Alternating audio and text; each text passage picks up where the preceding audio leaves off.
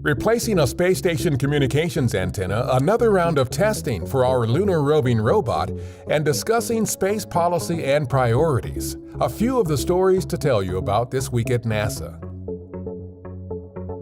On December 2nd, NASA astronauts Tom Marshburn and Kayla Barron ventured outside the International Space Station for a spacewalk to replace a faulty antenna system.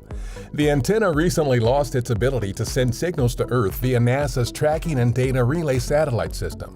Although the antenna's condition has had limited impact on station operations, mission managers decided to swap it out with a new antenna to ensure communications redundancy.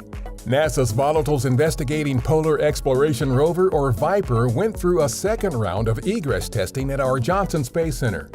Similar to a car after a cross-country trip on an auto transport, VIPER's egress is the process of the rover making its way out of the lunar lander and down onto the surface of the moon, albeit after a much longer journey from Earth to the moon. VIPER is the agency's first lunar mobile robot and is scheduled to be delivered to the moon in late 2023 as part of our Commercial Lunar Payload Services initiative. On December 1st, the first National Space Council meeting under the Biden-Harris administration was held at the U.S. Institute of Peace in Washington. In her remarks, Vice President and Council Chair Kamala Harris touched on several topics, including the need for global cooperation to help make space exploration as safe as possible.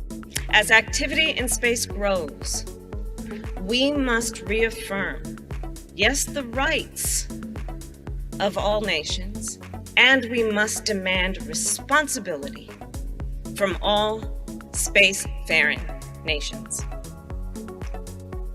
We must establish and expand rules and norms on safety and security, on transparency and cooperation.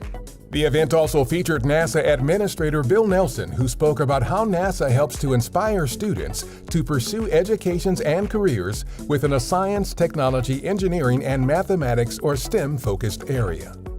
Administrator Nelson and Deputy Administrator Pam Melroy visited our Marshall Space Flight Center on November 29th and 30th for a first-hand look at the center's vital work to advance the deep space exploration endeavors of our Artemis program.